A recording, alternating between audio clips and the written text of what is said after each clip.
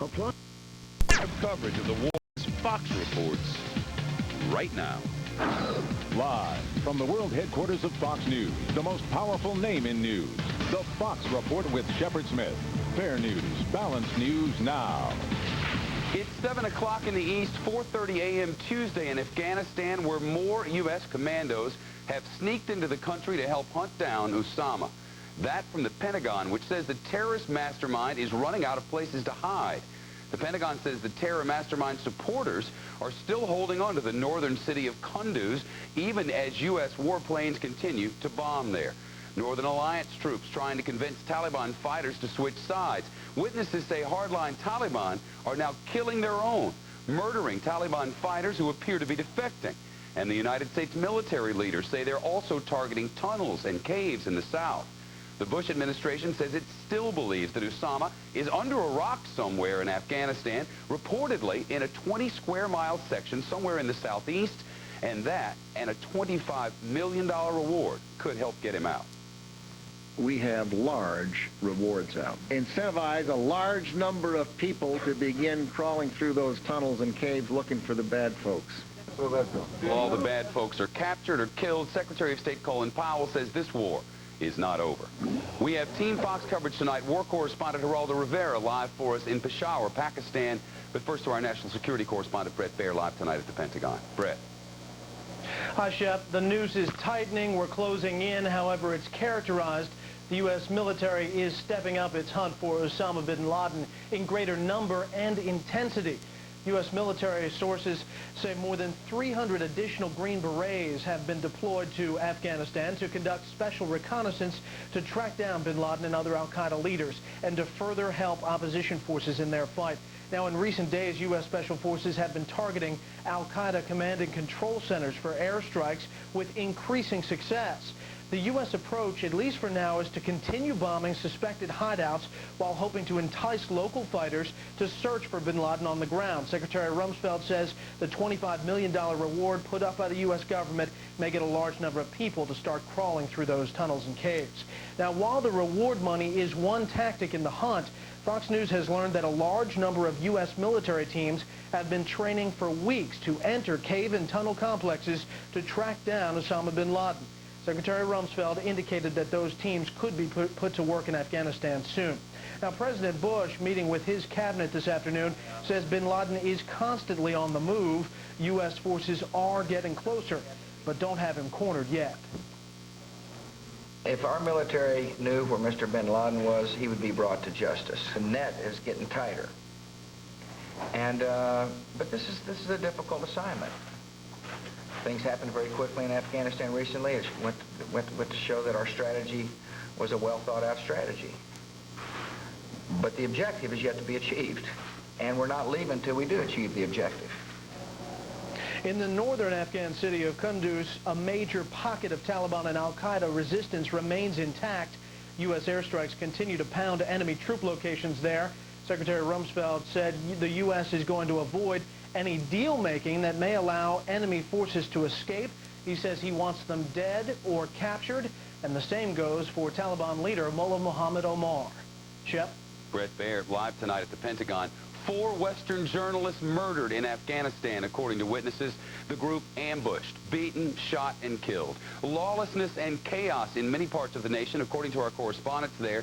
And the 4 Westerners just the latest victims of atrocities. The journalists traveling from Pakistan to the Afghan capital. That's an area now under control of the anti-Taliban forces. But as the Taliban regime loses its grip on Afghanistan, gangs of fighters loyal to al-Qaeda are said to be roaming parts of that nation. Witnesses say the armed men let the Afghan drivers go, led the journalists away, and opened fire. Our Team Fox coverage continues now with war correspondent Geraldo Rivera, live for us tonight in Peshawar, Pakistan. Geraldo, welcome to the Fox Report. Who were these journalists? Shep, it was an outrageous quadruple homicide. Those murdered Harry Burton and Aziz Haidari of the Reuters news agency. Also Julio Fuentes and Maria Grazia. They are 2 of the most prominent print journalists working the Afghan war. Ambushed, taken out of a convoy of between 6 and 8 cars. The lead cars apparently separated somehow in that long and windy road. So approximately 50 miles east of the Afghan capital of Kabul, between the cities of Kabul and Jalalabad. In Afghanistan, suddenly the cars stopped, the gunmen came, they ordered the Western journalists out. They initially resisted, so they dragged them out. Shots were heard. Later, a driver coming from Jalalabad to Kabul found one body in the street, the body of a woman, presumably Maria Grazia of the Corriere della Sera, the Italian newspaper. She was beaten to death, apparently. The others shot. One report, the Kalashnikovs put to their heads. They were just murdered. The World Association of Newspapers is calling this deed outrageous and barbaric. It certainly is. Here in Peshawar, the hotels had emptied. All the journalists had gone up to the border in the Khyber Pass, anticipating their travels into the war-torn Afghanistan. They have subsequently returned after this quadruple homicide. Journalists killed. We don't know whether it was just lawless brigands, because law has broken down. You know that the military situation has far outpaced the political situation here. There is a power vacuum. Unclear whether these assailants were brigands working for a warlord or indeed Taliban fighters fleeing from Kabul. One report is that one of the murderers said as he was leaving, "You think the Taliban are finished? We are still in power, and we will have our revenge." Shep. Geraldo Rivera live tonight for us in country. President Bush taking a major step today to make the skies safer, signing the Aviation and Transportation Security Act into law. The legislation orders the federal government to hire about 28,000 airport baggage screeners. Before the signing of the bill at Reagan National Airport, the president said it was aimed at making Americans more secure. The events of September the 11th were a call to action, and the Congress has now responded. The law I will sign should give all Americans greater confidence when they fly. It makes airport security a direct federal responsibility. So how will this bill change security procedures at airports? A law now, not a bill. And Team 5's coverage continues with Homeland Defense correspondent Catherine Herridge live in D.C. Kathy. Chef, historic, that's how one official described the new law. With the signing ceremony at Reagan National Airport, the president strengthened airline security, and for the first time, it becomes a direct federal responsibility. Under the legislation, all 28,000 baggage screeners become federal employees within 1 year. After 3 years, airports are allowed to seek permission from the feds to opt out and return to other systems. Also, criminal background checks will be done on some 750,000 airport workers. Expanded baggage inspections are required under the law within 60 days by whatever means necessary, by hand if they have to. And all checked baggage must be screened for explosives by the end of next year. And who pays for the extra security? You do. Not a lot, though, in the big picture of things, $2.50 every time you get on board. But does the new law make a difference in time for Thanksgiving? Some analysts say not really, but as the president mentioned today, other security measures like the National Guard are already in place. We've made funds available to the aviation industry to fortify cockpits.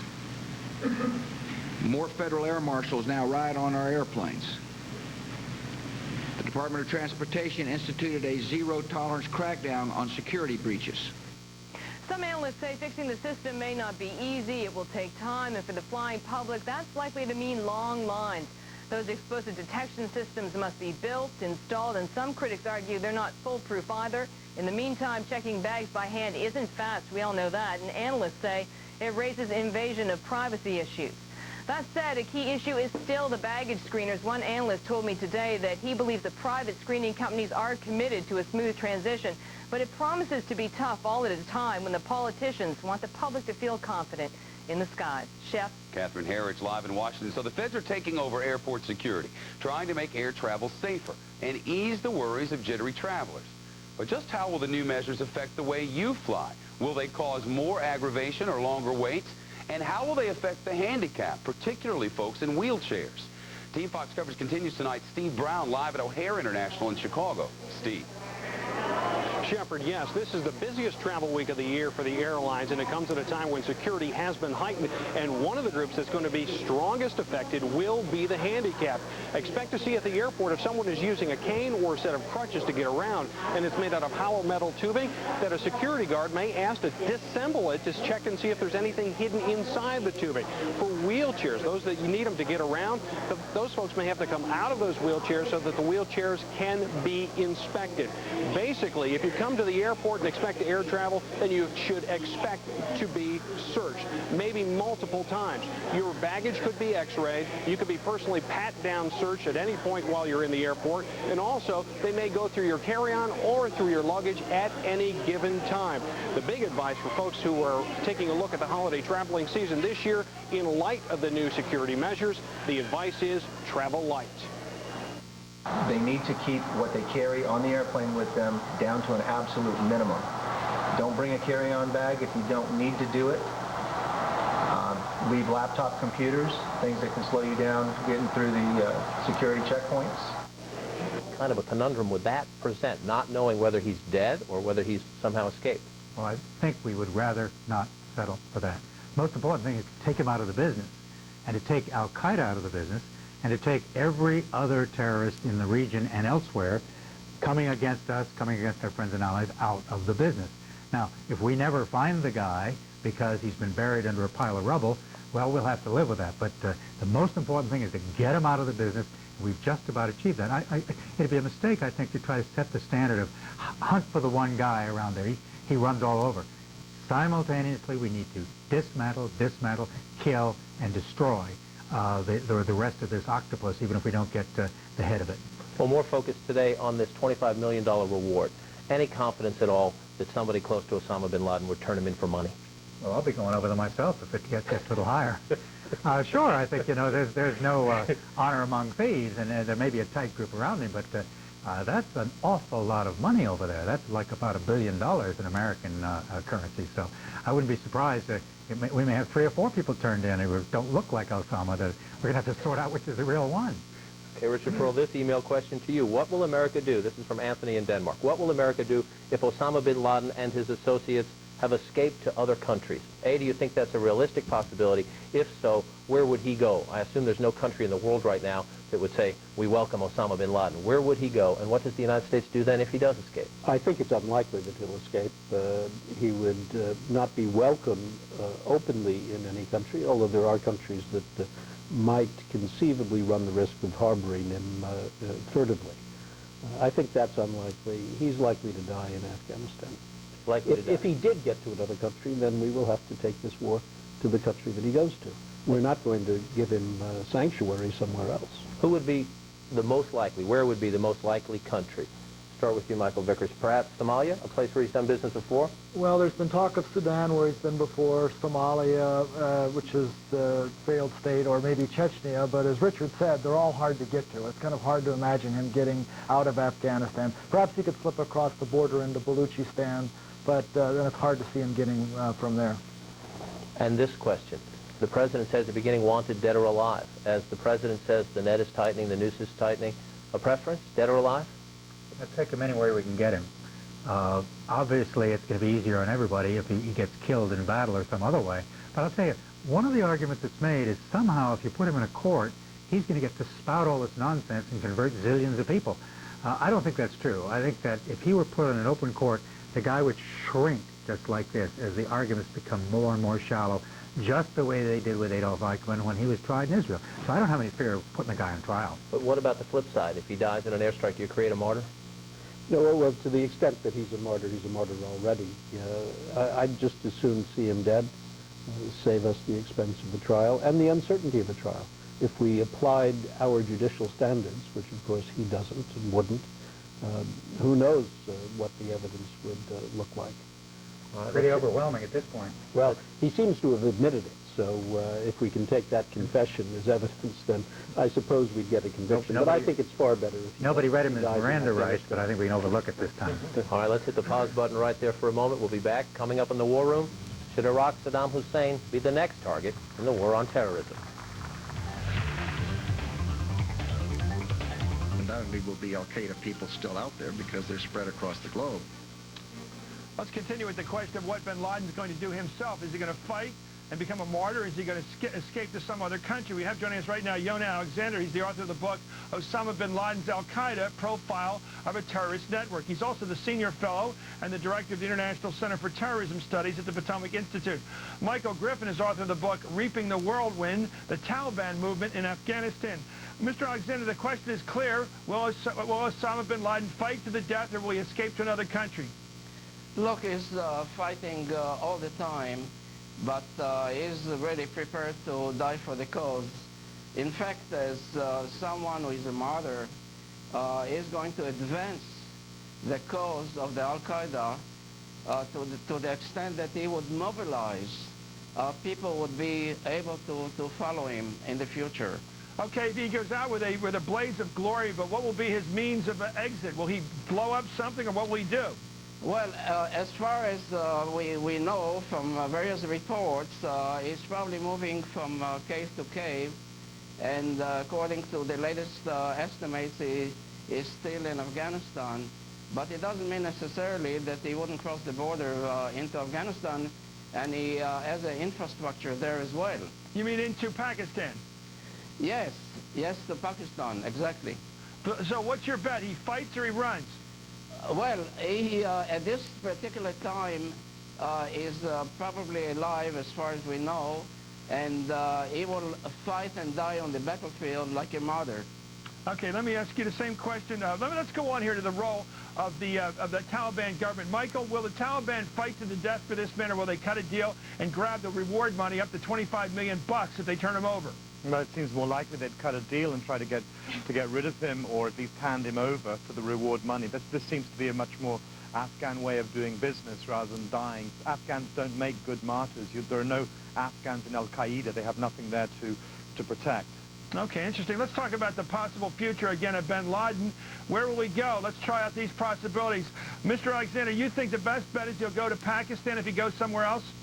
No, Pakistan, clearly, because it's next door, but there are some other possibilities. If he could get, for example, to a failing state like Somalia, he would do that, but I don't think he has any chances to get out of that particular area.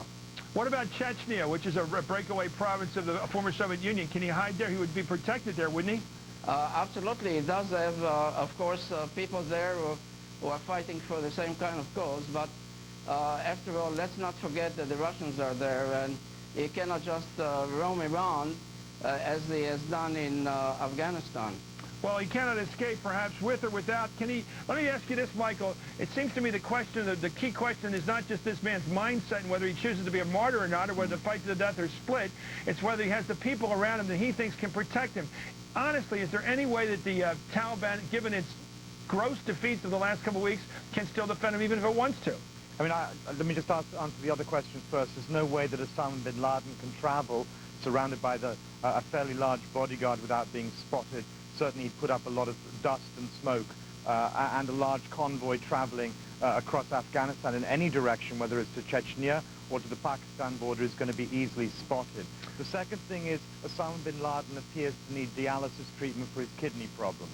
So he's got to be close to some dialysis. He really can't travel far.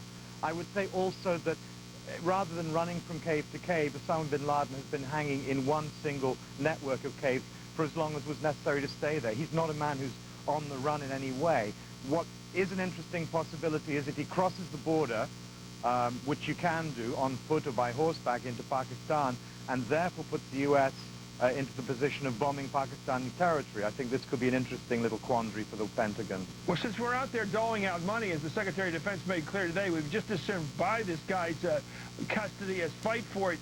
It doesn't take somebody really close to him to sell him out, does it? Couldn't almost anybody in the Taliban who had any kind of connection with the main force be able to say, we know he's in this town, or we know he's near this cave, or whatever? Yes, I mean, I certainly think there are a number of ministers who've always known where Osama was. Jalaluddin Haqqani is one. He knows precisely where he's been. He's worked with him since 1996, so he could do it. There's a lot of money at stake. They haven't done it yet. That's interesting. Why is that? I wonder. Well, maybe they're just not prepared to hand him over. Could it be gratitude?